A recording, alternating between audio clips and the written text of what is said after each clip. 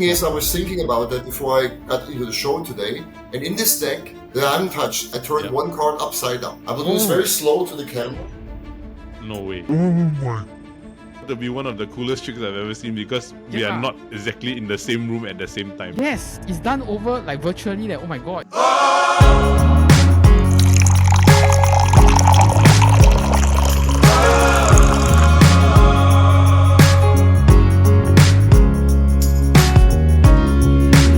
What's up? And welcome to another episode of the KopiBros Show presented by Chit Podcast Network. For this episode, we really have a very, very magical guest. Literally, he's a magician. Okay, we actually talked to Stefan Ebinger. He said his name is Ebinger because of Erdinger. Yep. So you just Yep. treat it as like a beer and it's a German. Yep. Once you go into it, you realize how important knowledge is in magic. I think that's the one takeaway I got from it is that like as much as you can do all these fancy things, right? Like understanding the intricacies of like magic, understanding intricacies of show entertainment and like interactions and like conversation, right? Really helps you delve into the mind of like what actually goes on in the mind of like a magician. Actually, right, being a magician is more than just tricks. It's also about engagement. How do you keep a show going? How do you talk to people, right? And then I think the other part was that his experience as like from a office worker to saying that I'm a German but I want to come to Asia, right? To saying that I want to start a business doing magic shows. I think that whole thing is very interesting, right? Yes. And without giving away too much, right? I think me and Eldad can agree that this is one of the most cool endings to any podcast show we have ever done. Yes, 100%. I'm not gonna give away anything, right? But it was a bit like I cannot remember anything more memorable than what I saw at the end of this interview. So y'all watch and find out. Let's just keep it at that. Just y'all watch and find out. Just before we dive into the interview, we would first like to take this moment to thank our sponsor for this week's episode, Interdesk. Are you tired of working from home at a loose, low quality table you bought online with no reviews? It's time for an upgrade. Meet Interdesk. With Interdesk, you get a custom tabletop in over 20 colors and there's no extra charge. Tailor your desk's length, width, and even thickness right down to the centimeter. Whether you need a compact 80 by 50 cm desk for a new BTO flat or a spacious 200 by 80 cm workspace for gaming and productivity, Interdesk fits perfectly. Your desk, your way. Starting at just $249, Interdesk is making custom desks affordable for everyone.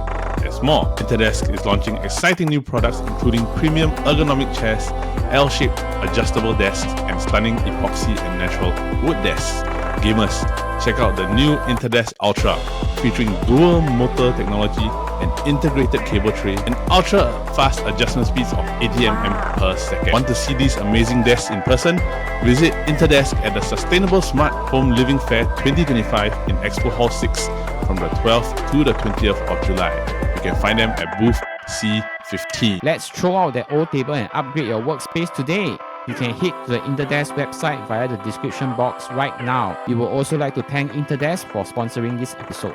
Without further ado, let's get right into the episode. And welcome to another episode of our KopiBros Show presented by Chit Podcast Network. Now today, we are very excited to bring you a truly magical guest and magical experience. Our guest is an international acclaimed magician and mentalist whose performances have captivated audience from Europe to Asia. With over 2 decades of experience, he's known for his unique blend of close-up magic, mind reading, and audience participation, creating moments that people remember long after the show is over. Now, he's performed for top-tier clients. You can go to his website to see his list of clients, very atas. Originally from Germany and now based in Singapore, he's built a reputation of professionalism, charm, and a touch of mystery in every performance. Please welcome to the KopiBros Show, magician, mentalist, and entertainer, Stefan Ebinger. Welcome! Welcome. Thanks for inviting me. I hope I didn't butcher your name. No, actually in Singapore most people can pronounce it. It's only when I was living in America they always butchered it. How did they butcher They said Stefan and then Ebinger or something like that. You know? Because my last name is like the beer, Erdinger beer. It's almost the same. So. Yes. Erdinger. Because I think in America they pronounce the J, like the GER. Exactly. ER. So I always told them like the beer, but then they looked at me. What do you mean? I said that's a good beer, not the stuff what you have here. So. What do you think of Tiger beer? You call this beer? Oh, I know. No, but honestly, I have to say one thing. When I arrived in Singapore, when I lived here the first time, Yeah. about 25 years ago, Tiger beer was okay, but when I have it nowadays, I get a headache. I don't know what they did. Because I had some Singaporean friends and they tell me the same thing. In my sports club, I do also martial arts. Yeah. And one of the teachers there, he said to me, yeah, Tiger beer is not the same anymore. He said, oh, he always gets a headache. He only drinks now Carlsberg. So that's why. I mean, for me, I honestly, I have one and I have a headache the next day. But the coffee is pretty good here. I have to say that. Stefan, before we start, I would just like to check in with you because I think in the group text, right, you were saying that I think just last week or a few weeks before, you were somewhere in Japan doing a show? No, Japan was just vacation. I was there for 3 weeks on vacation. The last show I did overseas was in March. I was in Germany, and in February I was in Jakarta. That was not Jakarta, it was Medan. I did a gig there in February, and then in March I was in Germany. And then Japan, that was vacation. Do you get invited to do a lot of these international shows? Well, before COVID, it was more often. After COVID, I mean, now it's picking up. It's every now and then, it's always because it's usually when they've worked with me before and they want to have a certain performer and they have a certain clientele there. Because I'm an older man, so they basically want to have somebody who fits the crowd. Are they stereotyping you because you're older? That's why they're saying that maybe you might do it. Well, I mean, the thing is with magic, maybe we get later also a little bit more detail in that. When you perform magic, I think it's not only about the tricks and the performance. Yeah. It's about that you communicate with people. And I can talk with you about politics. I can talk with you about IT. I can talk with you about other things. And especially when you work in an international environment with you have like all these managers in there. Sometimes they don't want to see a trick. I mean, you just communicate with them, you just talk. And that's important. You have to know when you do what. And I mean, sure, its focus is on magic, but many times I just really had a chit-chat with people. Because I was looking through a website, you have a very unique, unique performance called a magic bar. So can you just share with our audiences or our listeners, what is this magic bar experience like? Yeah, this is actually something my friend Alex Yin opened up. He had a bar in Ubi, and unfortunately this was closed down because from a license perspective we couldn't do it anymore. And now he reopened this in Clarkey. It's very close to the Central and Havelock too. This location is open now since May. And I'm a performer there. I do shows there every Wednesday. But there are other performers. There are 3 more performers. So we have shows Tuesdays, Wednesdays, Thursdays, Fridays, and Saturdays. Maybe going forward also on a Sunday. We have to see how it goes. It's kind of like they're interacting over drinks. Yes, I mean, I do a one-man show there, and it's like a 60 to 70-minute show. And you buy tickets, and usually you can also buy then drink tickets, or with the tickets you can choose. You want to have 1 drink, 2 drinks, or no drink. And you can watch then the show. And the concept is originally, I mean, the original bar magic concept was way back in the US. They started this in the 1930s. There was more like a magical bartender. He did a couple of tricks and then he poured you another drink. He went to the other group. This is more like a show, and this concept is from Japan. When you go to Japan, you will find a lot of magic bars there. Like in Tokyo alone I watched now when I was there, I watched 3 shows from guys. They used to have here one in many years ago in the Galleria Hotel. There was a Japanese guy doing the same thing, and my friend Alex worked for him. And then we always talked, and he said, "Yeah, it would be great if I could do that." And now he opened up his own bar, and we'll see where it goes. I never knew it was a Japanese concept. Yeah, I mean, that you do actually a show, like a really 45-minute show or a 60-minute show. This is from the Japanese. I mean, there's an old saying, the more you drink, the better the act is, right? So, I mean, I always tell people when they come to my show, I say, I don't actually do magic. I mean, if you don't drink anything, you will not see anything. Oh, okay. That is true. I think let's just talk about your beginnings. Is that when we actually went to do some research prior to this interview, we actually learned that you initially had planned to pursue a slightly different career as a business and project manager. You actually graduated, let me pronounce correct, Reutlingen University It's Bro, a and it's then it's a university there, yeah, and I did a degree in business management combined with project management and system analysis. It's a combination of IT and business, so I was right in between. I did a lot of like system analysis, when you implement this, and then also run the project. I can talk with a developer. I can talk with well, I used to be able. Nowadays, I'm a little bit lost with stuff, but I've been out of it for a long time. I would say I was in the middle somewhere, and I mean, I never wrote code, but I can understand code to a certain yeah, degree. At least way back then. Now, if I look at that stuff, I'm like, it's like a foreign language. it's Back all to foreign gone. language. Yeah, I did an apprenticeship in a company, and then I studied, and I went to the army, then I studied, and I got a job. But I always performed. My first trick I saw when my grandfather showed me a little trick, when I was 4 years old. And I was fascinated by that. And then I forgot about it. And then a couple of years later, I was 6 or 7 in primary school. There's a famous story about a magician and a robber in Germany.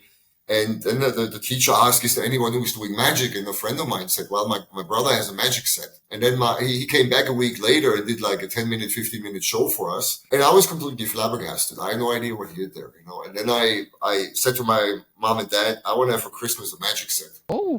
And that's how it started. I mean, the difference between most guys is a lot of kids have a magic set, right? But after 2 weeks, it goes somewhere in the corner. Yeah. And for me, I never put this away. I was hooked on that. As long as you had time to do it, you would just use the magic set and you just try to figure it out and make it better. Yeah, and practice, and did tricks for my family. I get on everybody's nerves, every birthday I try to show tricks. So what are some of the magicians that have really inspired you and you're like, oh, I want to be like him? Oh man, there are a bunch, but this is, it's really hard to say. I mean, most of them are not really well known. The most famous one probably is David Copperfield. I mean, I'm old enough to have seen the first shows, that he brought out, the TV specials, like in the 80s.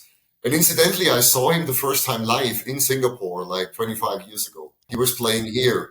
And we walked in and we had the tickets. And then I talked with a guy like in front, and suddenly we were sitting in the front row, and watching the show without any extra payment. For some reason, they put us in the front row, my friends and me. And so I saw the David Copperfield show in Singapore and in Tokyo. I saw it as well. I mean, now when you watch him, he had an accident a while ago, and if you do 600 shows a year, it's also kind of a burnout. But from an inspiration perspective, what he did for magic was absolutely amazing. The other guys, I would say, are more in the magic scene. You would know them, but not.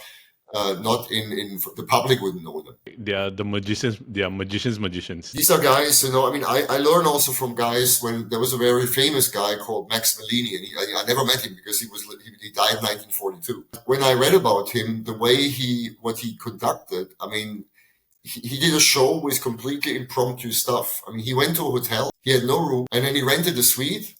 And he hadn't any money. And then he started doing a show. And then he went to the hotel manager and said, my name is Max Malini, and I want to do a show in your hotel. And then he convinced the hotel manager to do a show there, which paid basically for the hotel. And he made a lot of extra money. These are people who I would say who inspired me. Just a story about them, I mean, it goes way back. I mean, magic has such a long history.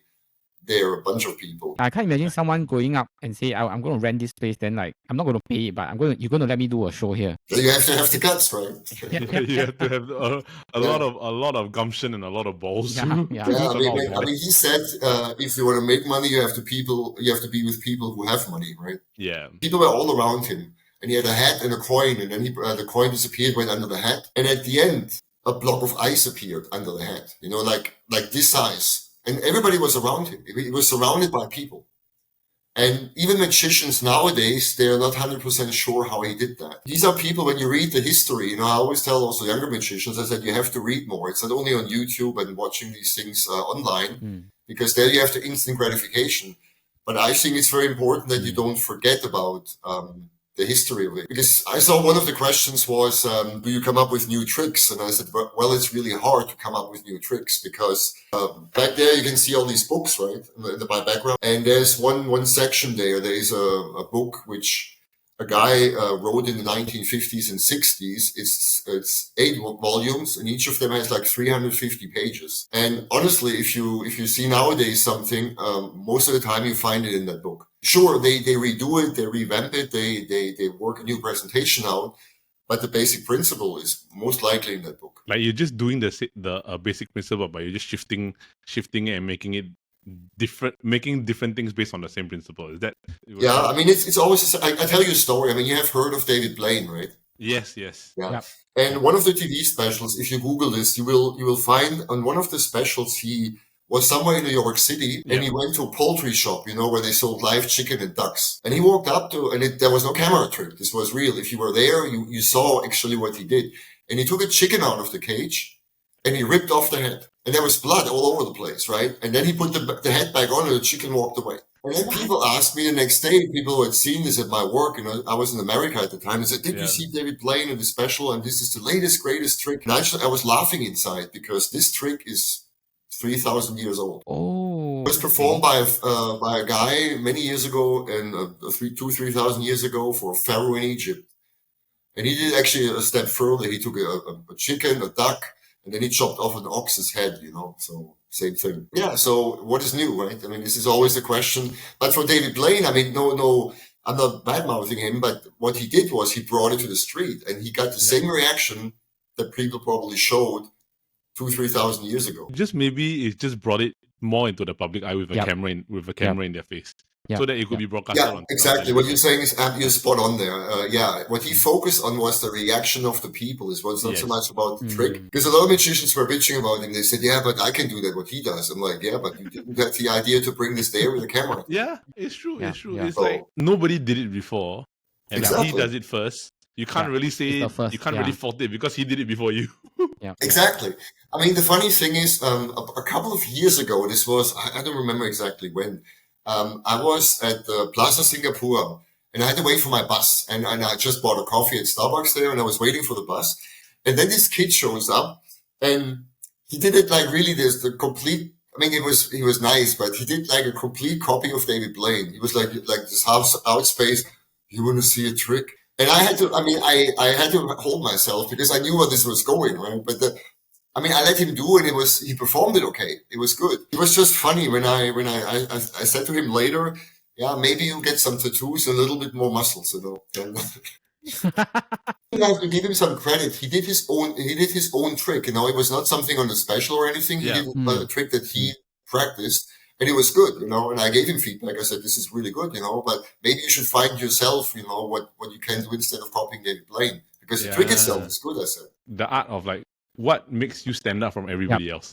Like what makes you different from, let's say, a David Blaine or like a Chris Angel or like a Copperfield. Yeah. I mean, it's like for me, people ask me, why don't you do illusions? And I said, I'm not that guy, on the stage. I mean, first of all, I don't have that much hair anymore, but with the hair, wind in my hair, and then the ladies and then dancing, and I can't do that. It's not me. It's just not me. But I'm sure as a musician that's referring back to that kid that did the trick, I'm sure he probably, just like him, you probably had some teething problems when you were first trying out your tricks. Well, same. I copy too. Absolutely. I mean, but I never, when I started, there was no video. I mean, I had to learn from books. I went to the library and got books, and then I was reading them and I tried to copy that because there was no YouTube. There wasn't. Yeah. Do you guys remember VHS tapes? Yeah. So, sometimes I ask people in the audience, do you remember VHS tapes? And some people are like, what? I'm like, okay. And they came way later, They came way how old later. the two of us actually are, the fact that we know what's a VHS tape. Yeah. This was the first time I saw actually how performance should look like. But before that, I had to learn it from a book and then basically make my own interpretation out of that. That's the major difference. And I mean, I copied stuff, and later on, especially when you saw it on VHS, you copy first. That's absolutely normal. This is also okay. What really makes my performance, and what is unique for me, like the props, the things, and sometimes it's the audience that tells you that. Yeah.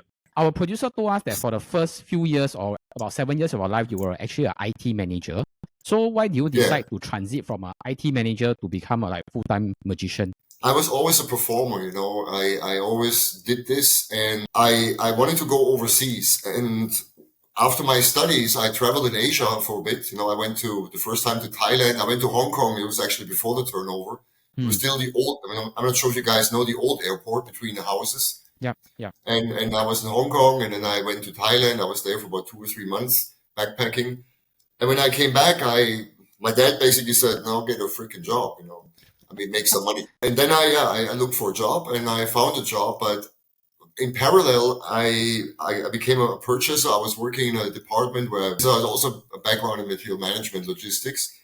And I was working there for a year. It was not for me, you know. I was performing all the time, doing busking shows on the street with a friend of mine, passing the hat, you know, just, you know, to get experience. Okay. After 1 year in this job, I got the chance, because I wanted to go overseas. I wanted to live in Asia. But at the time when I did this in the mid-90s, it was without any job experience, nobody will hire you. And there was no internet. There was no email, nothing. I mean, you had to really write on a laptop a letter to someone. Then I got this scholarship, which sent me to Japan, and I gave up my job. I basically took all my savings, I sold my car, and I went to Japan, and I did like 1 year there. I did language class, and then I worked for the Chamber of Commerce. And then I found a job working for a big German software company. And they looked exactly for my profile. This was just pure luck.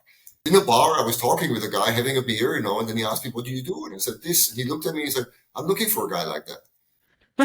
And then the next Monday, the week after, he invited me for an interview, and I went there, and then I had 2 more interviews, and I got the job, and I stayed in Japan. The transition was slow because I wanted to travel. I wanted to live in different countries. I performed also in Japan. I did shows in bars there. You know, sometimes I was hired for private gigs, and then I moved to the US, and in the US, the same. I was doing my job. During the weekend, I was working as a restaurant magician, you know, at the tables doing this kind of magic. And then I came to Singapore for a year. And then I moved back to Germany. And I had a friend at the time who already made the transition while I was in Japan. And he became a full-time. And he was quite successful with it.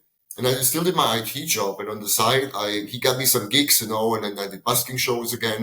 And then I got this job here in Singapore. The reason why I'm now a full-time professional, I guess, is because I got laid off. And I decided, not really laid off, I had an option after 3 years to go to Malaysia and do this, because the whole division, what we had there, this was outsourced to Malaysia because it's cheaper there, right? And I said to my wife, you know, I take the severance package. This covers about 1 year of my cost, and I will just try to do magic. And that was 14 years ago. So you just took a leap, like a leap of faith. And decided, I'm just going to try. Yeah. I mean, I had already a business set up. In Singapore, it's very good here because it's very easy to set up a business, you know. Yeah. I had an address, I had everything. I had a website, I had everything. I already made a little bit of money with magic, you know, through that. But when this came, I said to my wife, if I don't do it now, I will never do it. And that was 14 years ago. And she said to me, when I had her support, and she said, well, you have to look at the numbers, and if we will see then how it goes, you know. And that was 14 and a half years ago. I would just have to ask, when you first started your business in Singapore, were there any like issues, or do you have any problems like getting the business to start or getting enough traction? Well, I mean, it's I went a lot to networking events, you know, and I'm still doing this every now and then, passing out my cards. I optimized my website, so it's pretty much for the key terms, it comes up on the first page. Slowly but surely, I got the business. I mean, this is a struggle, you know, it's not from one day to the other. And I'm not a type who is really in in the magic scene. My only contact here with magic is my friend Alex, who runs the magic bar, and the guys who work there. These are the only magicians I actually meet. I was in the beginning probably also novelty factor because I was a foreigner and then doing magic. Yeah, but it had its challenges. It was also a little bit more the performing, because it depends in Singapore really the group that you get and what kind of gig you do. In close-up, I never had the issue, but, you know, and sometimes the dinner and dance thing here, this is a whole different breed. We don't have this back in Germany because I was not used to that you're on stage to a show and suddenly somebody does the yamse in the corner, you know, and yells, "Ah!" And I mean, I learned how to deal with this, but it was more on that side to get adjusted, you know, to the ins and outs of performing here. Or performing actually at a Chinese dinner. This is very different from a Western style dinner. Yeah, it is a bit more different. Yeah, because it doesn't stop, right? The food comes constantly. In a Western style dinner, you always have like a break after the main course. Yeah. I always tell people, you know, let me perform after the fish. And then they look at me, why? I tell them, well, the fish is the important thing. This has to get out because you don't want to get soggy. Yes, and if the fish is out, then it's only the noodles and they can hold that. So correct. The chef is usually pretty happy with you when you know about that. So like you can kind of predict the sequence of when the food comes out. Yeah. So it's like when you do that, it'll be like, okay, I can see where that time slot will fit in. It's funny that everybody says, "Oh, can you perform while they eat?" And I'm like, why do you want to do that? Because I mean, if they focus on their food, they won't look. Yeah. why do you want to do a performance there? You know, makes no Correct, sense. that's true. Yep. That's true. That's So true. it's a different mindset. It's just you're an add-on and you have to understand it. So I usually recommend for things like this, I always say close up, because if they don't want to see anything, I just move on, you know. But if I'm booked for 25 minutes or 30 minutes on stage, I cannot really leave, right? On the topic of performance, right? And like you say, you do some performance at wedding dinners and whatnot. How do you ensure that your audiences are engaged? Be it like in terms of the way you structure your tricks, or be it like you have to pace it together with the food and whatnot. Yeah, could you give us some insight about how you keep people engaged? What you have to have is an act. You have to have stuff that you have done 100 or probably a couple of 100 times. You have performed this, so you're really sure about what you're doing. And the engagement, I mean, especially at a corporate dinner, if you are on stage, close up is not so much the issue, because there I know I have a way to break into a group and make them, you know, stop and watch me. But when you are on stage, I mean, I sometimes call it indoor busking, you know. I mean, really, because you have to get the attention, and there's a famous magician once said you need color, sound, and movement. And I start basically, I mean, this sounds now very funny, maybe if another magician listens into this, I start with a kid's trick. I start something where stuff pops out of my mouth. And you would usually think this is a kid's trick, but it is with a really good, with the music, it's interactive.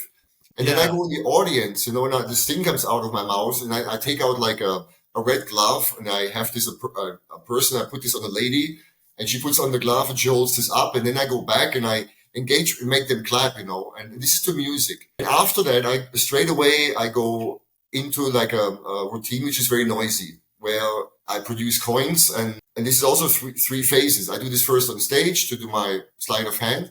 And then I go in the audience and have some fun with him. And then I bring a guy up on stage and have some banter with him. And this moves constantly. And then again, because we did something with money, I look in the bucket and I say, well, this is enough money for the taxi ride home, if I can pay the taxi driver, or if he accepts this. But people in Singapore always ask me, yeah, this is good, but can you do this with real money now? And then I say, yeah, sure. And I take out a $50 bill and I do something with a 50. And then somebody gives me a 50 and something happens to that. And this will at least guarantees that one person stays because they want to have their money back. So, and the rest it's engaging. You know, it's always constantly moving, having music, and no dead time. So you have to constantly pull. It's high energy. You're paying money to go to a magic show. You want to be entertained every step of the way. You don't want to have like gaps where like you feel like, okay, this is a bit boring or something like that. It's always moving. It's always interactive. So I want to move on to like the mentalist portion of the act and the aspects, because I think that's the part that really intrigues me about, is that like mentalism, I think for most of us, we've delved a lot of it from, like, you know, the TV show The Mentalist. Like a lot. Maybe could you explain to us what actually is mentalism and how actually do you actually develop this skill? I mean, I'm probably going to disappoint a lot of people, honestly, because I mean, what you saw on the TV show is BS. That's BS. This is kind of like the Sherlock Holmes thing. You know, I like Sherlock Holmes' stories. When I listen to him, I can see that this, if you play a character like this, and this is, again, it's a character on stage that you play, kind of like deducing things from people, right? This would be a character that you do in a mentalist show.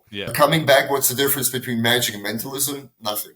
Both use tricks. End of story. I'm sorry now to put it that bluntly, but the thing is, mentalism is one part of magic. This is a subgroup of like kids magic is a subgroup, right? It uses also sleight of hand. It uses misdirection. On top of that, it uses I would say also psychological ruses and suggestion, and also showmanship. But to be honest, if I do a sleight of hand bit, I use the same techniques. I have a book back there. It's about 600 pages.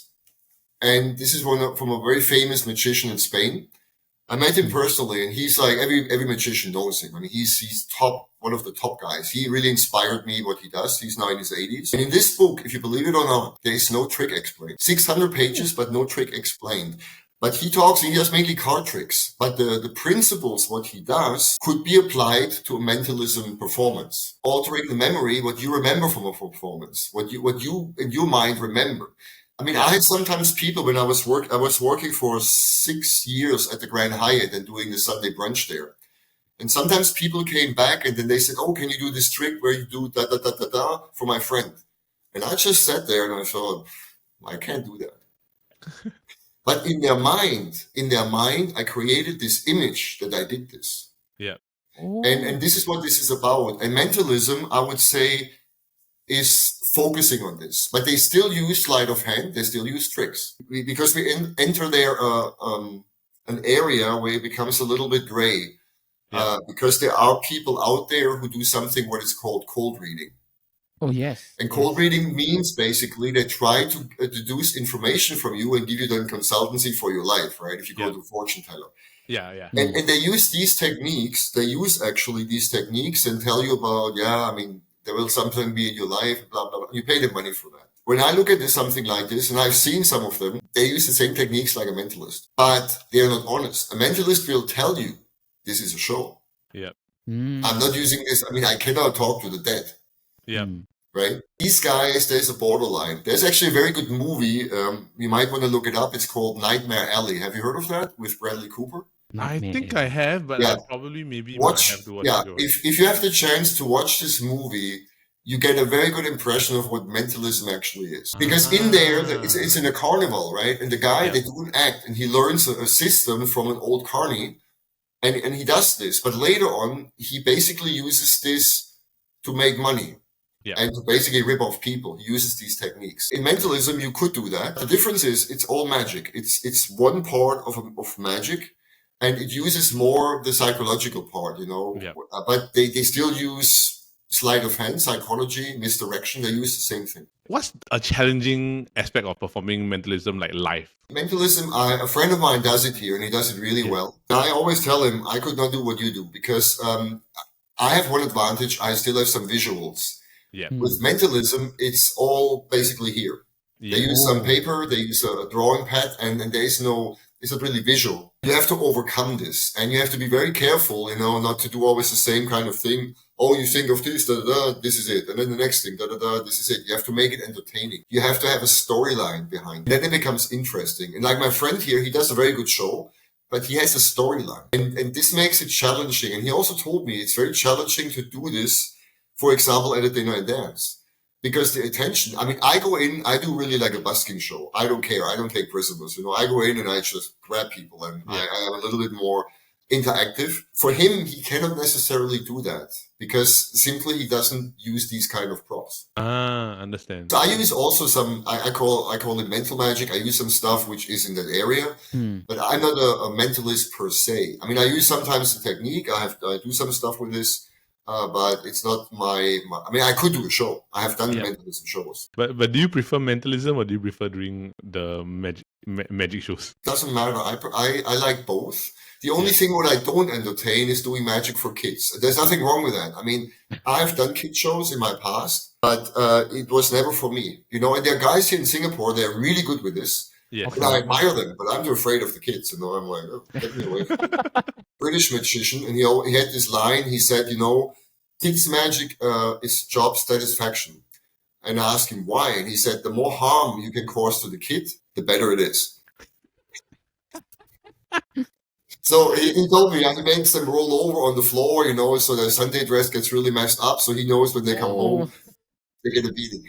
It was a joke, but it was like, he had the same attitude like me. I can entertain a kid, but it's not something I would specialize in. Like kids have a shorter attention span compared to adults, so it's probably maybe a bit harder to keep them. Like, well, nowadays with the TikTok generation, attention span.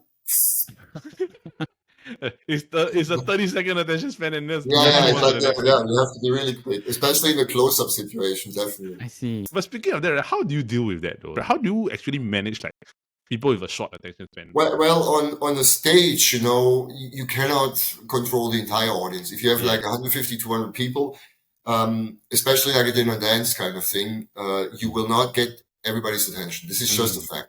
Yeah, I mean, I have for example, when I start my show, after I do this mouse thing and then everybody's engaged, I tell people, please, if you take a moment, turn your chairs around so you can see me and I can see you. The reason is because they sit at round tables. So 30% of the people are with the back towards you. Yeah. So with this, you want to make sure they turn around and can see you. Because if they don't turn around, the connection is not there. Magician, I mentioned earlier, this Spanish guy, he has this saying that when you talk to someone, I mean, with the camera, it doesn't really work, but when you look at people, you look at their, in between their eyes, and you really address them, and you try to connect with like a thread there. And you do this also from stage, and you interact with people. So it's not like bum, bum, bum, bum, bum all the time. It's like you focus on the person. And then you engage with this. Then you go to the next one, and then you go to the back. The close-up situation, I just talk with them. I mean, I usually don't have an issue with getting the attention there. I tell you one story. I had this in the US. I was performing in this restaurant, and I did this trick. Ash appears on the hand of someone. And I did this like a voodoo presentation, like I drew a hand on a piece of paper, and at that time you could still smoke in the restaurants. And I took a cigarette from someone, and I burned that drawing with a name on. And then she opened the hand, and there was like a burn mark on the hand. Wow. And she looked at me. She was like a African American lady.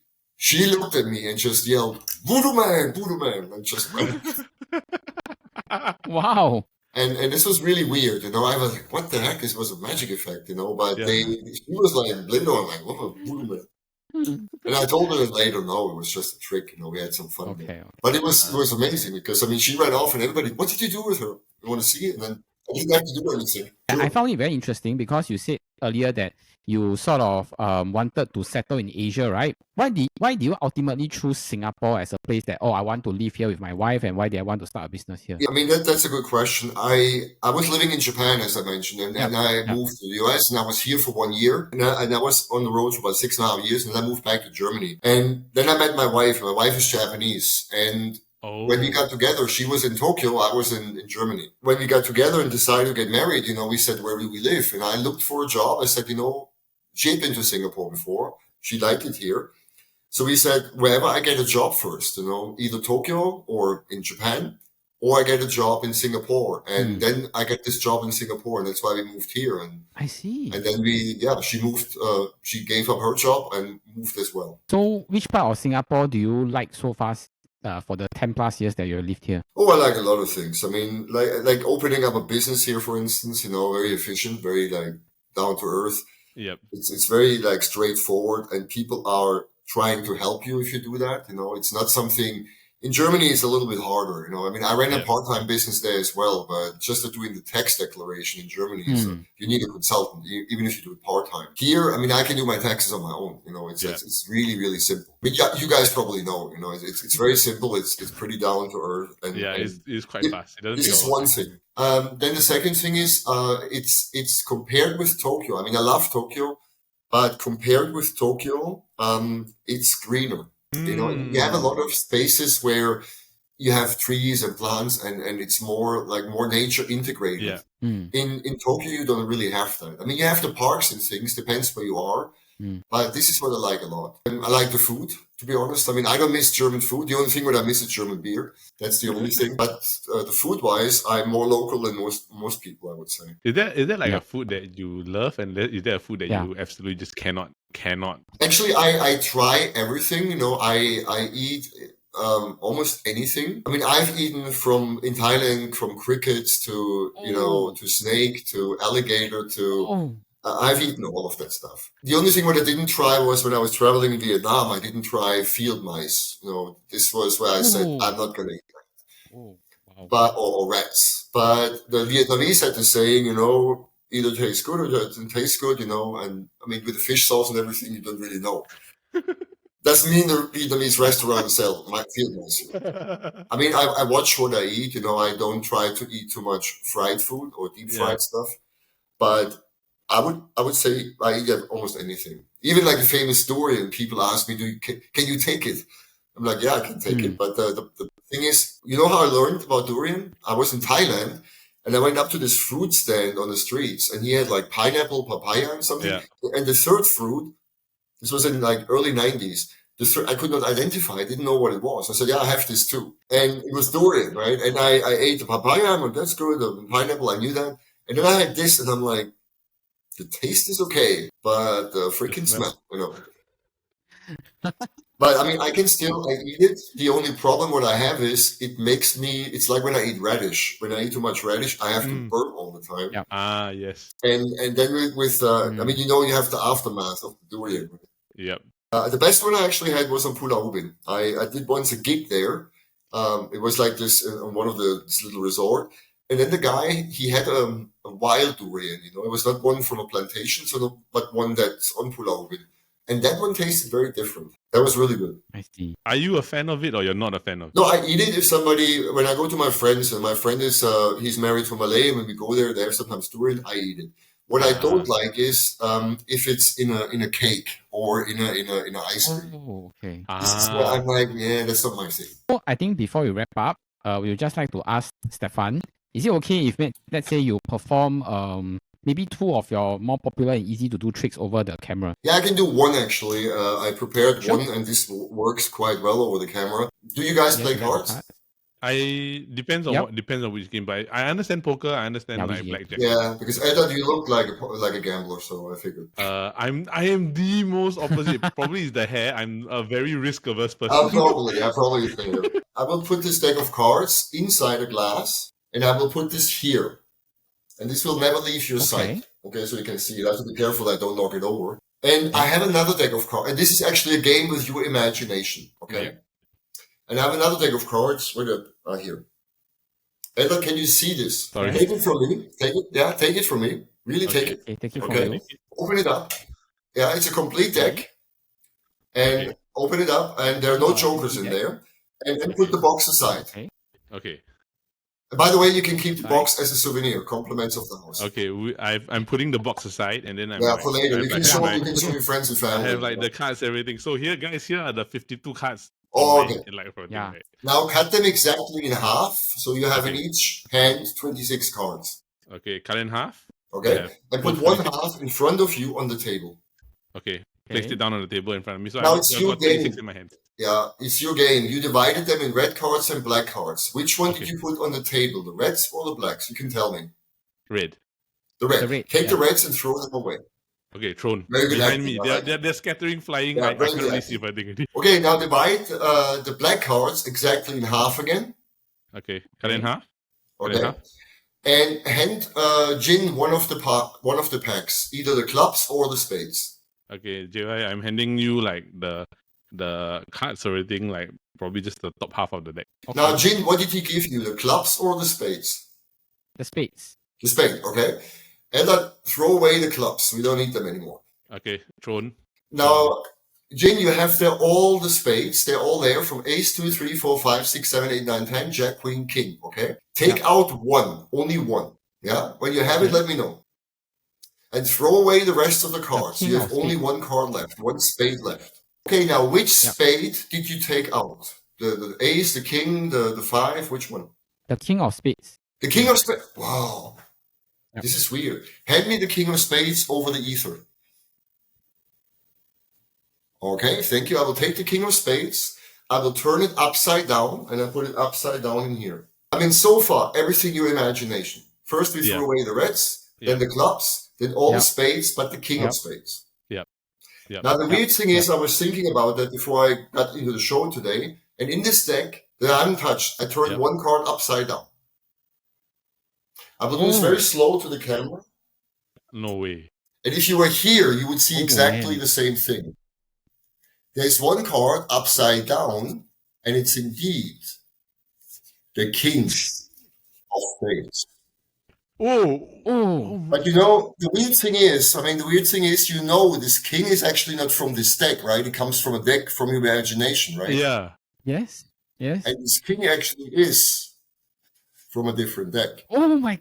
But I was so sure that you would first throw away the red cards, then all the clubs, then all the spades, but the king. Yeah. I did not print the other cards. Each and every card in this deck is completely blank. Yeah, it's you blank, guys have an excellent imagination. Thanks for playing today.